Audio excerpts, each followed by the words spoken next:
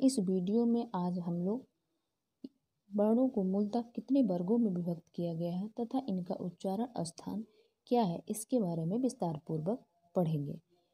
आइए चलिए देखते हैं। उपयुक्त वर्णों को मूलतः दो वर्गों में विभक्त किया गया है। उपयुक्त वर्णों को मूलतः दो वर्गों में विभक्त किया गया है। पहला स्वर वर्ण, दूसरा व्यंजन वर्ण।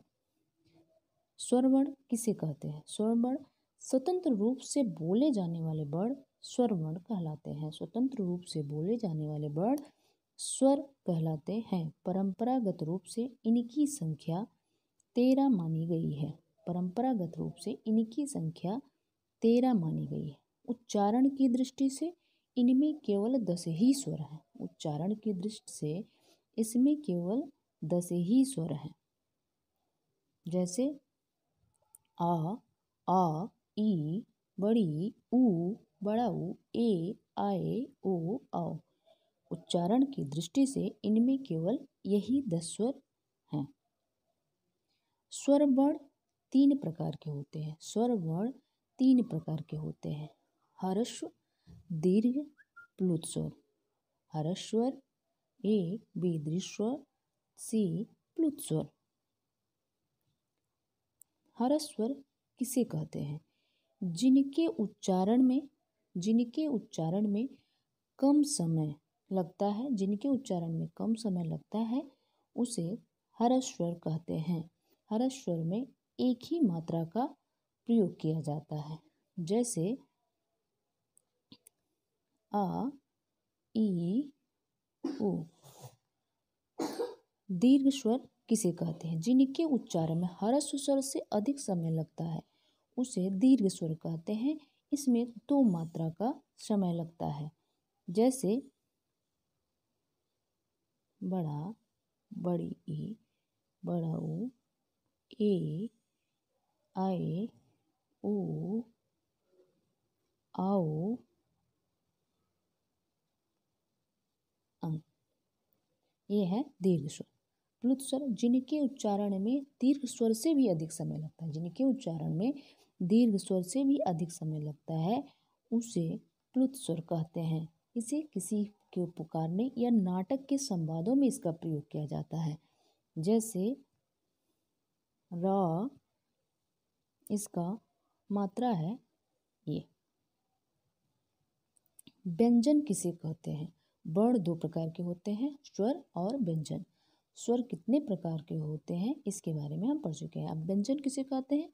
स्वरों की सहायता से बोले जाने वाले वर्ण को स्वरों की सहायता से बोले जाने वाले वर्ण को व्यंजन कहलाते हैं। स्वरों की सहायता से बोले जाने वाले वर्ण व्यंजन कहलाते हैं। परंपरागत रूप से व्यंजनों की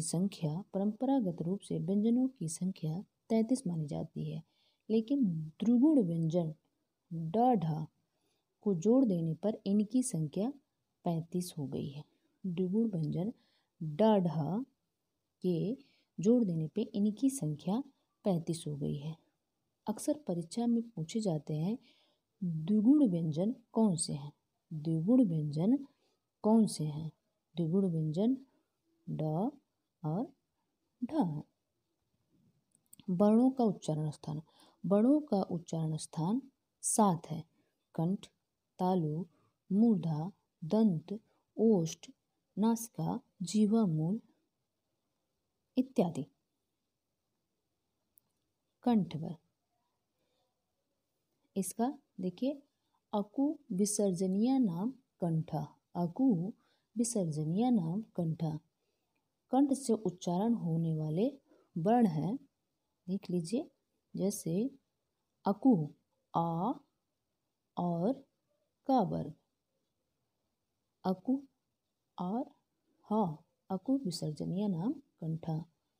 आ बड़ा का वर्ग, इनका उच्चारण कंठ से होते हैं। देखिए, आ बड़ा आ, का वर्ग, का खा गा घा अंगा, साथ में हा वर्ण, इसे कहते हैं कंठ से उच्चारण होने वाले वर्ण। तालव्य वर्ण। इचु ऐसा नाम तालु। इचु ऐसा नाम तालु। इसमें तालव्य से उच्चारण होने वाले वर्ण है ई, बड़ी, या और शा, साथ में च वर्ग, च, छ, ज, झ। ये हैं तालव्य से उच्चारण होने वाले वर्ण। मूर्धन्य वर्ण, मूर्धन्य वर्ण ऋतु रसानाम मूर्धा, ऋतु रसानाम मूर्धा।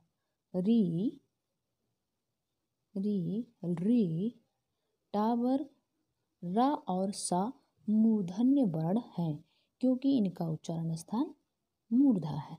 दंत वर्ण री, दृत्र लसा नाम दंता, री, री, ता वर्ग और ला और सा, इनका उच्चारण दंत है।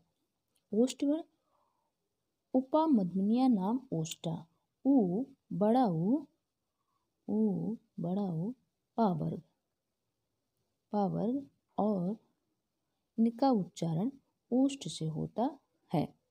नासिक वर्ण, नासिक वर्ण,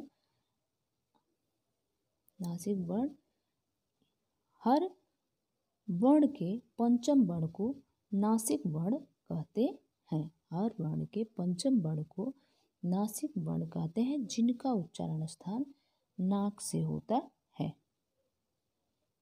जिह्वामूल, जिह्वामूल का गा है। दंतोष्ठ वा और